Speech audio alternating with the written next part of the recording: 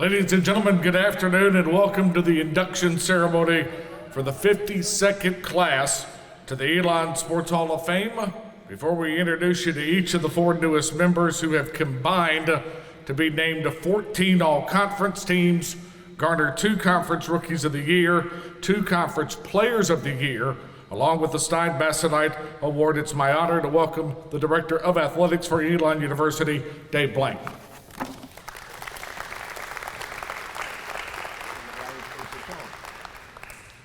Good afternoon. Thank you all for being here. This is a really special day, as you all know. Many of you know from experience, so I always like to start this ceremony asking anybody that is currently a member of the Elon Sports Hall of Fame and you're present, please stand for our recognition.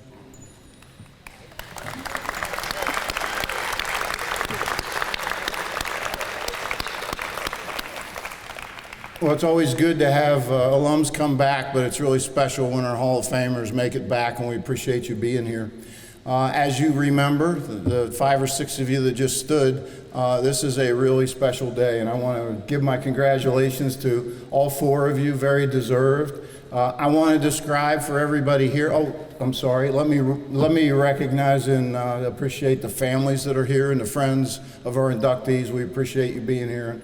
I know this is a big day for you all too. I want to describe for you all though, this isn't just I think Cam was a good tennis player. There's a process for this. There's a committee. You must be nominated, and that generally, we're not sure where all the nominations always come from, which is good and healthy. And then there's a committee that does this kind of in stealth fashion, where they look at all the criteria and they make recommendations, and ultimately the president approves all of those that are inducted into the hall. So this is not a bunch of athletic administrators or coaches getting together and playing favorites. This is a real deal. This is a very, very special and prestigious honor. So I wanted to make sure that everybody could know and appreciate how much these 4 definitely deserve to be in our Hall of Fame. And congratulations to all of you. Taylor will kick us off with the induction of all of our members. Let me say to the 4 inductees, this is your day, and you can't say anything stupid. So relax and enjoy it, and this is your moment. So when you're called up, please have fun and enjoy it, and congratulations. Our first inductee this afternoon, the first of two sports standouts, who was a 7-time letter winner during her time at Elon. This inductee was a key part of an Elon women's basketball program that totaled 95 wins during her days, which equates to an 80% win percentage and includes 3 seasons of at least 25 wins, along with 2 CIAC tournament championships in 81 and 82, the latter of which would also see her claim the most valuable player for the event. To this day, she still stands as one of the 2 student athletes in the history of Elon women's basketball to total 1,300 points and 1,300 rebounds. And this afternoon, she joins her fellow Hall of Fame member in Vanessa Corbett. A 3-time all-conference choice, she still ranks in the top 9 of 4 different categories, including field goals made, 545, free throw percentage, and points scored, 1,357. I mentioned earlier, she's one of 2 with 1,300 points and rebounds, but she stands alone on the rebound side. 1,353 caroms sets the all-time mark, including a per-game average, an astonishing 12 per game. It's still the 2nd most in program history. She was the 2-time conference all-conference squad in the Carolinas Conference in 80 and 81. In volleyball, while earning the prestigious Brown Sportsmanship Award from the university in 82. Ladies and gentlemen, it's my privilege to present for induction into the Elon Sports Hall of Fame in Jeannie Hairston-Eason.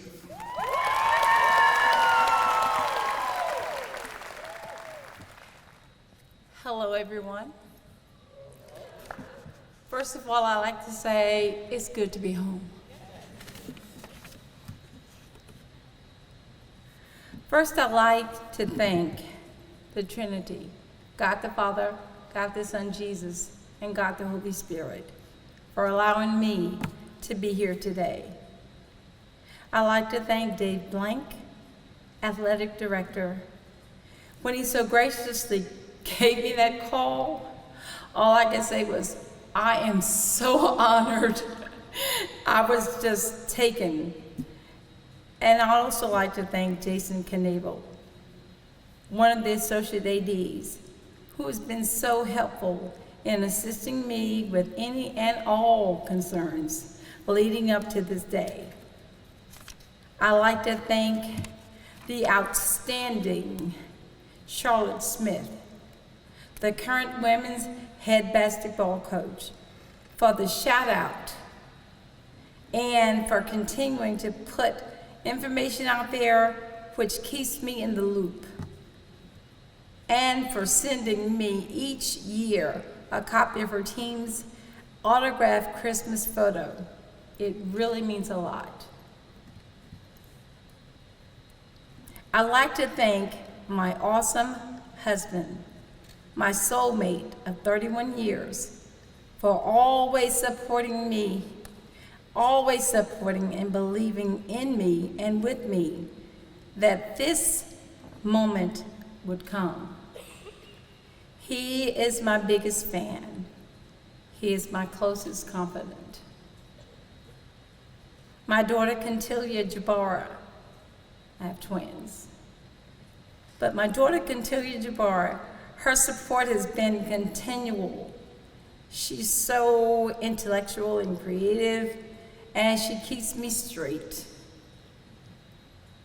And her husband, my son-in-law, Kenji, who is so smart and has the kindness of spirit. For supporting all of my efforts, I also would like to thank my son Kenneth Jr. LeJay.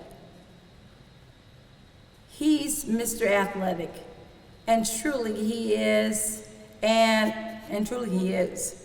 He's also very talented, he's amazing, and compassionate. I thank the following family members for supporting me during my years here at Elon, and are here continuing their support of me by being here today. My brothers Edward, Sylvia, Ezekiel, Phyllis, Gerald, Evelyn, and my brother Jasper. My sister Brenda, Bobby, and my dearest cousin Bonita, and their families. Well, really, all of our families. They always stress how so very proud they are of me. And then there's the support from my dear friends, Alex, Evelyn, Letitia, and Olivia. Last but not least, I'd like to thank the beautiful women of Zeta Phi Beta Sorority Incorporated. In particular, Beta Nu Zeta Chapter, for all of their love, support, and thoughtfulness. My words today will be a little different from my fellow extraordinary inductees, and take you back about 4 decades. But forever Elon, right? I came to Elon back in 1978 to get an education, which I did. Double majoring in accounting and business administration with a concentration in computer science, and bringing my love for athletics to the sports of basketball and volleyball, under the expert coaching of the late Mary Jackson and Coach Karen Carton, respectively. In the sport of volleyball, I was an outside hitter, and I loved to put it down. As co-captain along with Pam Moore, and such awesome teammates as Melinda. We were very successful during our 3 years run through 1981. You have to realize that Title IX had just passed in 1972, so we literally had to fight for everything. I remember that we dominated women's basketball in 1979 through 1981-82 seasons. However, I do remember the men's basketball team, who had a more difficult time finding the win column, went out for steak dinners on Tuesday nights. But we were never afforded that honor, even after our times of winning the conference. But I know all that has changed over the past 4 decades. I was co-captain along with Hall of Famer Vanessa Corbett, Ness, for 3 of my 4 years on the women's basketball team. Me and my crew of Hall of Famer Vanessa Corbett, Nucci Dixon, Lou Williamson, Stella Jeffers, Donna Trollinger, DT, also Hall of Famer, Jade and Jennifer, and I could go on and on. I take the time to mention their names because they may never make it to the position that I stand in right now. But they all helped me to get here because we were a rock solid team who knew our roles and knew how to win.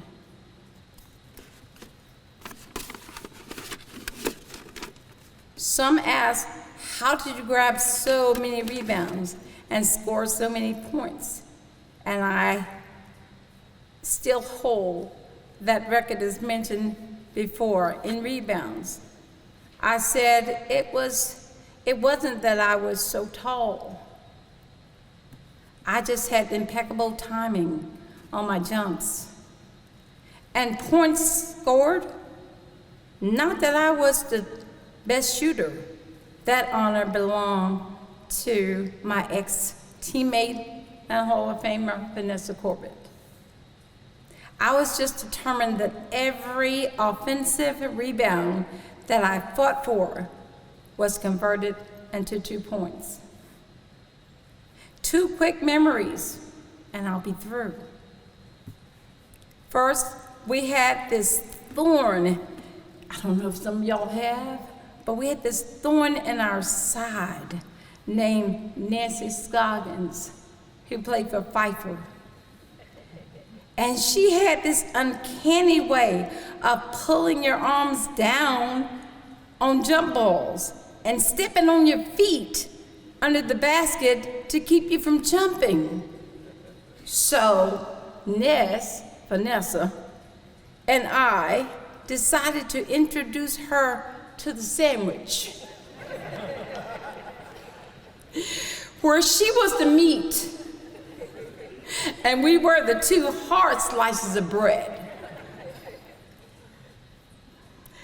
Ness, as you all know, was really built, and me, other teams called Miss Prissy. But even Miss Prissy had her wits. Needless to say, we convinced Nasty Scoggins to change her ways. And lastly, I was the 1981-82. I have to mention this because it's always with me. I was the 1981-82 Carolina Conference Tournament MVP. I was recognized during the trophy ceremony, but to this day, I never received my trophy.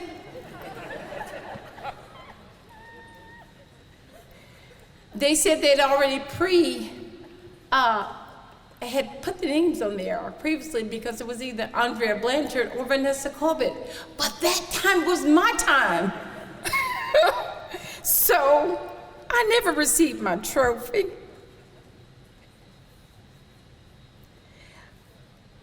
However, a dear friend of Cans and Minds and fellow Elon alumnus, Brian Colson, Karen, unbeknown to me, had an MVP trophy made just for me, which is alongside my dearest and greatest accomplishments to this day. I'm still looking for my trophy. Thank you all. And go Elon Phoenix. Our next inductee, a two-time South Atlantic Conference choice on the diamond for Elon baseball, the freshman of the year in 1995 in the South Atlantic Conference after batting .305 and driving in 30 runs. He would be named to the first-team all-conference squad following his sophomore and junior campaigns, and rightfully so, after driving in a total of 70 runs and stealing 36 bases while batting .365 and helping to lead the Phoenix to 61 wins over the 2 seasons. In fact, the 97 edition of Elon baseball would set the high water mark for the NCAA Division II tenure under first-year head coach Mike Kennedy, as the Phoenix would win 34 games in advance to the NCAA Regional for the first time in program history. This student athlete would be a key part in that success, batting .395 for the year while driving in 48 runs, scoring 47 runs, and swiping 23 stolen bases. He would be rewarded for his great season and his time at Elon in June of that year when the Tampa Bay Rays called his name in the 27th round of the Major League Baseball amateur draft. He would spend 7 seasons in pro baseball, driving in over 100 runs during his time. Ladies and gentlemen, my privilege to present for induction into the Elon Sports Hall of Fame, Tony Pigott. How's everybody doing? It's a little tough to follow that speech there. A little tough. It's a little rough doing that. But hey, I mean, you have good times and bad. So first thing I want to thank is God for giving me the opportunity to be here today. My parents, they loved Elon baseball. They loved Elon baseball. They're no longer with us. I want to thank all my family support. All of my aunts, uncles, brothers, cousins, my wife Jenny, my son Gavin. Hope that he's able to follow my footsteps or whatever he decides to do. He's got to have my support. My teammates. My first teammate that I believe I was ever afraid of was Bubba Burnett. I got a quick story about Bubba. I was when we were at Mars Hill. Mars Hill, I was on third base. I was a freshman, he's a senior. Line drive, he smokes the ball to right field. I take one step to home plate, could not get back to third base and score. So he's trotting across the field, I could just feel his daggers in the back of my head. And I'm like, man, I don't want to see him. And I believe he went on to hit a home run during that game, so it wasn't that big of a deal later on in the evening. So Kirby King was one of the guys that I played with. He was also our shortstop. Jason Napier, I played high school baseball with. He also came on after Kirby, and he became our shortstop. So either our coach, it was either Kernersville, I believe it was, or Wilmington that he was going to recruit from. So it was one of those two, because there's another Hall of Famer, Scott Brendel, that he was our first baseman, great player. I can't stress enough how much Elon meant to me when I came here. I was the first Pigott to ever go to college. When I got here, I really didn't know what college was about. I really didn't. I came here, Billy Best came to my house. He said, hey, I can do these things for you. You can do this. And I was recruited as a pitcher. Okay, I was recruited as a pitcher. And that summer, I hit 4 home runs in one game in the state championship series against Kernersville, of all people. And so I hit 4 home runs, and Coach Best and Coach Kennedy could not get to the game because I believe there was an accident at the time.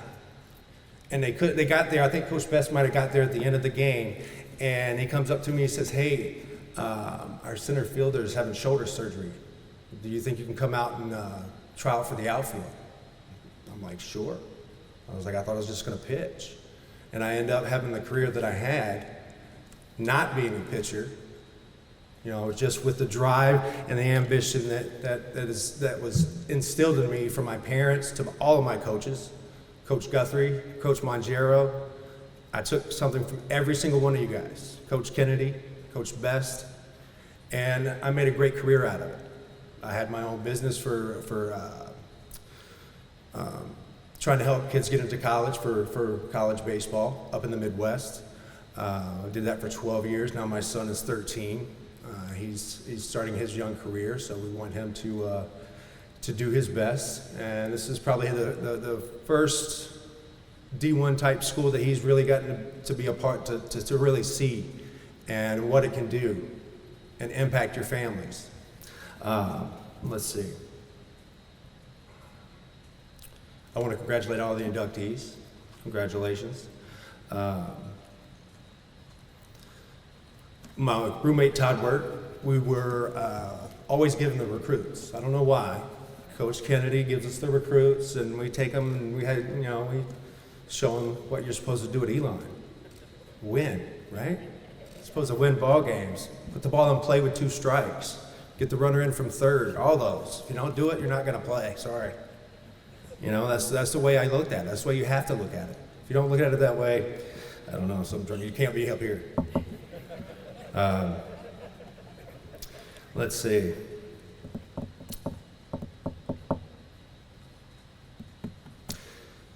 When I came to Elon, it was not like this at all.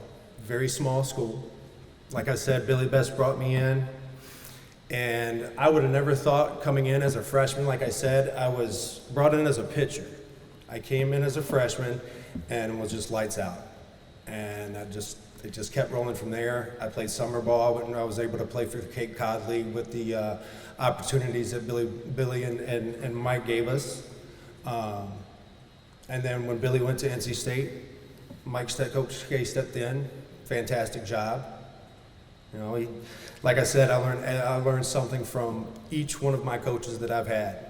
Whether it's all 7 of the managers that managed me when I was in pro ball, to Mike Kennedy, who came in as a first-year coach and puts me in my place, which every athlete needs. So I want to thank Mike Kennedy for that. And go Elon. Our next inductee, the second 2-sport athlete in this Hall of Fame class, and much like Jeannie Hairston-Eason, she left her name littered throughout the Elon women's basketball record book. One of 5 players in the history of the Southern Conference to be named to the All-Conference team for 4 years. That's what happens when you tally more than 2,000 points and leave Elon with a 3-point mark at 338 made. That is 100 more than any other player in the history of Elon women's basketball, and stands as the top mark for both the men's and women's program. She returns today still in the top 10 of 9 different categories, including the all-time leader in free throw percentage, 2nd in points scored, 3rd in field goals made, and 5th in assists.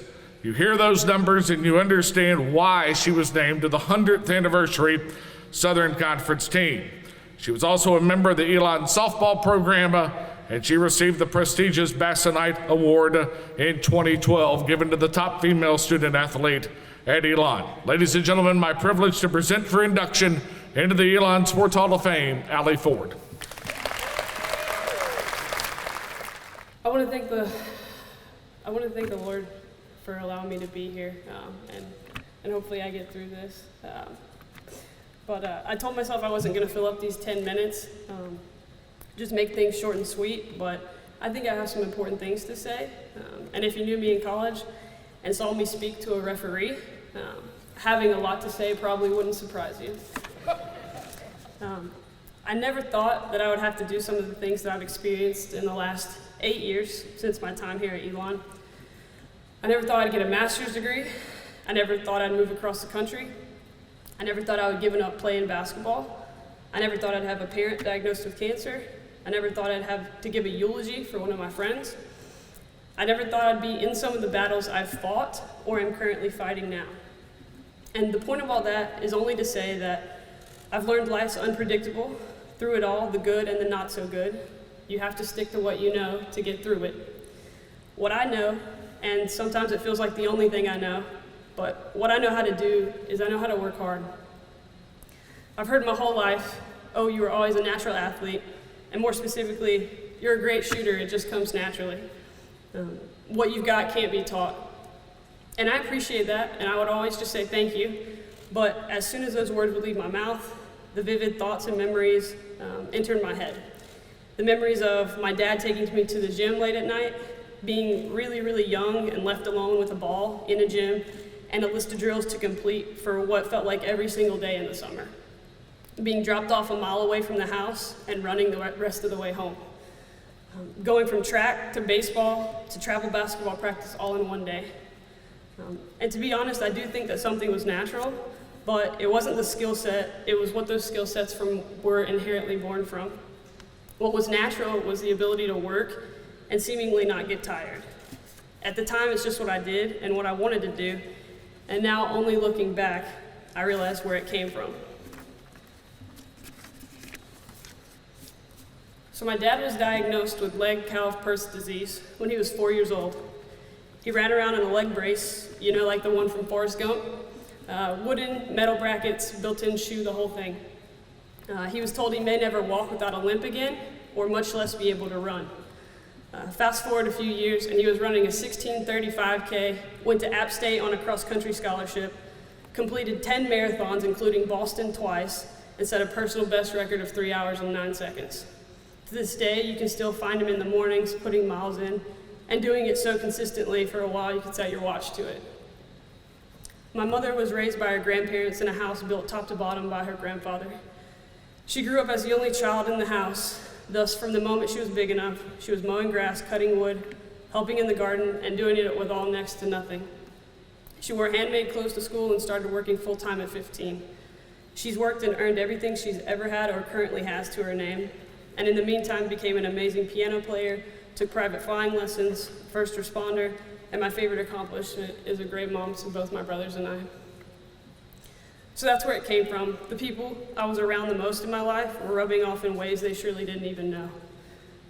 I have so many people to thank that helped me facilitate the opportunity to play college basketball and softball, but I do want to make sure my parents know that the root of it all was no doubt drawn from them, and the experiences that made them who they are led to experiences that made me who I am. Now to my Elon family. I had a blast here. I felt so much support from the moment I walked into Danley G to the day they forced me out, 5 years later. Yeah, I was on the 5-year plan. Last week I'm watching the UNC App State football game, and App State's quarterback is in his 6th year, and I'm like, could I have squeezed out 6? And there's truly no place like this. I've gotten to coach at multiple different schools over the last 8 years, and I can tell you, there's just something about this side of the railroad tracks that's different. I stepped on campus 2 days after graduating high school, and I had one vision: be the absolute best basketball player I could be. That's it. Do what you know, work extremely hard, and good things can't help but happen. I was prepared for the foreseeable work ahead.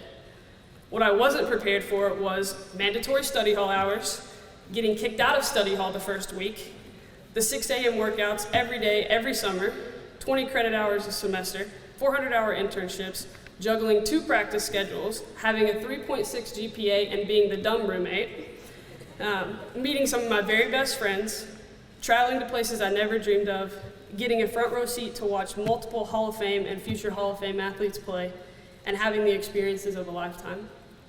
I'm so grateful to be standing here in front of you, but I know for certain that Elon University and Elon Athletics has given me exponentially more than what athletic ability I ever had to give back.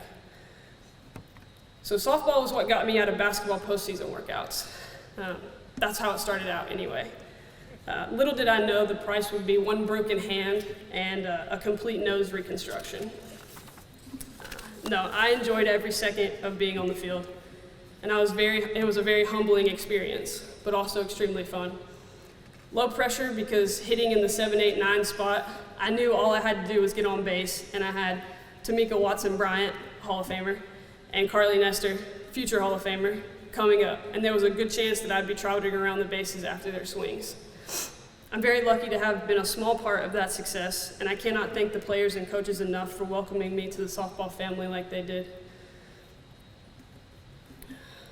I could share specific stories, but as everyone knows, thanks to the most recent press release, I only had 2 career home runs.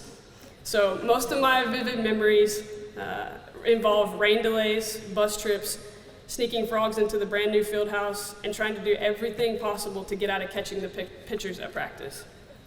And as little amount of pressure and stress I felt with softball, it was the exact opposite regarding the sport that I was brought here to play. I got a call around March, April 2009 from Coach Barefoot, who recruited me here. And she was talking so fast. She was so excited I could barely understand. All I heard was, Allie, Coach Harper, leaving, center, Raleigh, Evans. And I was like, she said, texting you her number now. I said, hold on, Kelly Harper, like Western Carolina? She goes, yes, call Evans. 1, I'm 18 years old, and I know nothing about what I'm gonna say to this person. 2, I don't even have a first name. So I Google women's basketball, Raleigh, Evans, Western Carolina, and I called. Honestly, sometimes I think it's the best thing I ever did for Elon women's basketball was making that call. Kelsey ended up being #1 all-time leader in blocks, top 10 scoring, top 3 rebounds, and she not only made me a better player, but also a better person. I vividly remember sitting in the bleachers at Western my senior year after shoot-around and watching Kelsey Evans and Kelsey Harris, who is top 10 all-time in steals, assists, and free throws. They're still out on the floor and under the basket talking to our assistant at the time. Christy McKinney was our assistant. And they're talking about defenses and personnel tendencies.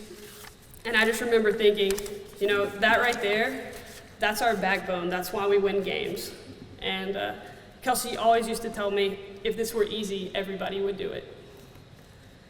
I want to thank Coach Smith for being patient with me when she inherited me in 2011.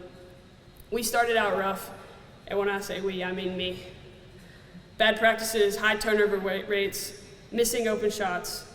But eventually I got back on track, and the next 2 seasons were what I like to think shaped me as a player in person.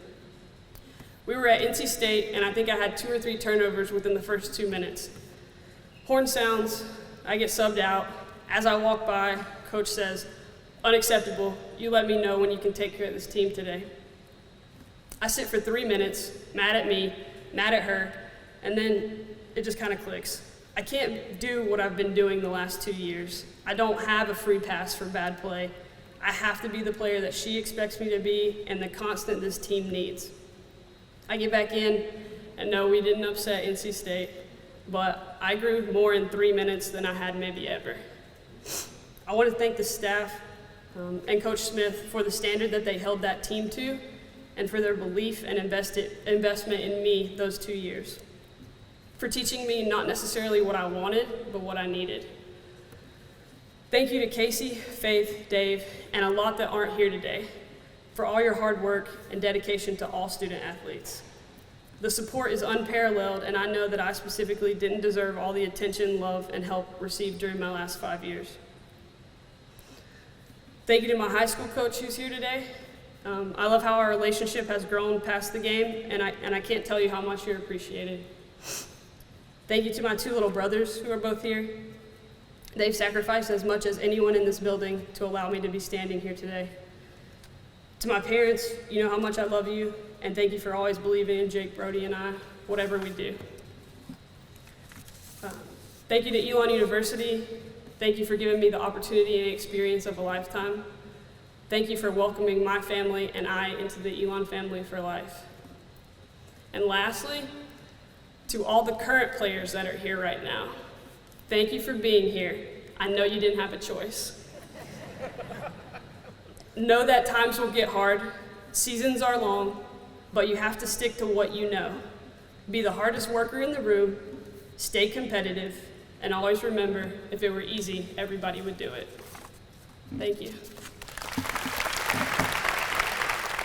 Our final inductee was a two-time Southern Conference Men's Tennis Player of the Year, who combined to win 124 matches during his time at Elon, including an eye-popping 62-10 mark in conference play, which includes the perfect mark of 9-0 during his senior season, which earned him the ITA Regional Senior Player of the Year.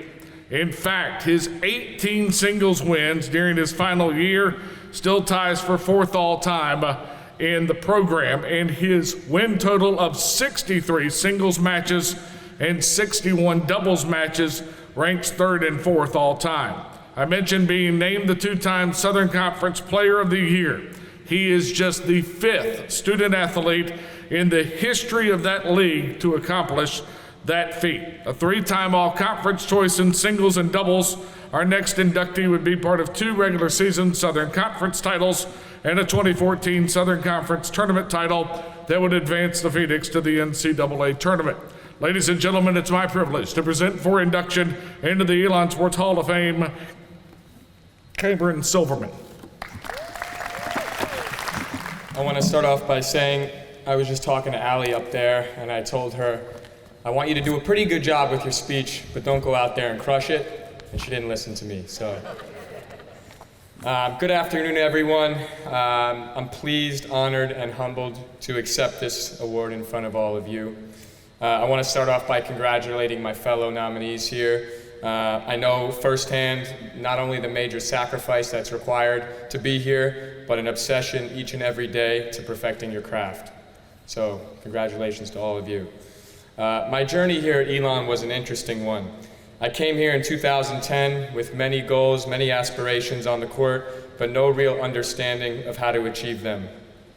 Mentally, physically, and emotionally, I was so far from where I needed to be to play in this sport and compete at the highest levels of college tennis. It took a coaching staff like Coach Michael Leonard and Coach Bob Owens to see the potential of what was a very unfinished product. I even put "very" in caps in my speech. So what does a very unfinished product look like, you might ask? How about showing up to matches and realizing I left my tennis sneakers at home? Or after practice one day, leaving my tennis bag, rackets, and sneakers at the courts overnight in the rain and showing up the next day to soaking wet and ruined equipment. Coach was super pissed that day. In all seriousness though, Coach, I want to thank you from the bottom of my heart for taking a chance on me. You taught my teammates and I so many lessons both on and off the tennis court that we continue to apply to our lives today. You always preached work ethic, something that to this day I can happily say I listened. And my all-time favorite, being a relentless competitor, wanting it more than the person across the net from me. We had some incredible moments together, Coach. From an individual standpoint, we beat the #1 player in the country from Duke, which to this day is the single greatest accomplishment of my tennis career. I'll never forget that feeling. I remember the pep talk in the van moments before the match. You had reminded me the work had been put in, and this was my moment to shine. I also remember right after the match, I told you my stomach was killing me, which was probably from the stress and physicality of the match, and your response was, quote unquote, "Who cares? You just beat the #1 player in the country."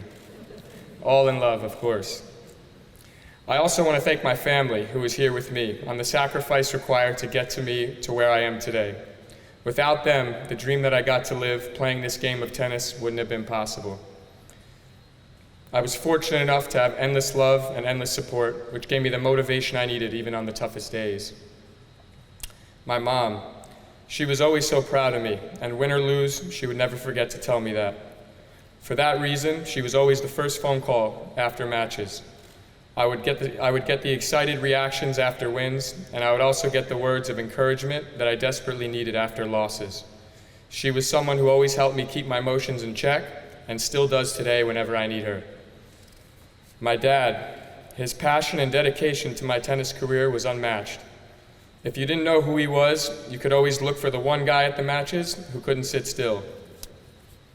At times, he would be bouncing around up on his toes like he was getting ready to play himself. My dad was a one-of-a-kind tennis parent who always knew how to get the most out of me. I don't think any parent attended more matches than he did, which, considering he lived in New York, I always questioned how he didn't get fired from his day job. My brother Jesse, he was my rock in my matches. I'm not sure if he missed a single match of mine in 4 years. At Elon, he would either be in the first row, or sometimes he would sit directly behind the fence to make sure that he was clearly visible to me. On any big point I won, I'd always look over to him to get that big pump fist that I needed that would fire me up. My brother and I were a package deal. We were always going to go to school together. As a college coach, you had to do just as good of a job selling my brother on the program as you would selling me. It's funny, during the college recruiting process, Coach Leonard would call me up to ask me all these different questions, thinking he was talking to me, but really it was my brother Jesse that was on the other side of the phone. I think this might be the first time that Coach has heard this. We both had to be sold together. We made so many decisions together, and without him, I couldn't have had the success that I had, so I'm super thankful to him. Next, I would like to thank my teammates, as well as the tennis alumni. You're what made the college tennis experience for me. The moments we shared together are irreplaceable. We capped my senior year off with a win over Duke University, who at the time was the number 6 ranked team in the country. Not many people gave us a chance. What people didn't understand was the bond that we had together and the depths that we were willing to go through for each other to have success. It was an incredible culture that we had, and I'm so grateful that many of my teammates are still some of my closest friends today. Last but certainly not least, I want to thank Elon University. This place will always hold a permanent place in my heart. My life truly changed when I took my first step on this campus. I want to thank the athletic department for giving me every opportunity to succeed. Traveling to All-Americans, National Indoors, and the NCAAs were all platforms that I could have never played on if it weren't for the support and belief that you guys had in me. I also want to thank the academic department and coordinators for helping me stay on track through a rigorous athletic schedule. A bachelor's degree from Elon University is something that I wear proudly across my chest. I would like to leave you all with one final thought. I played tennis for 2 reasons. The first reason is every part of me loved the game. The second reason was for the people that love to watch. Both reasons inspired me to give my best while training and competing. My message to you is to be selfish and selfless in everything that you do. Be selfish because you love what you do, and be selfless because what you do is for others. Thank you.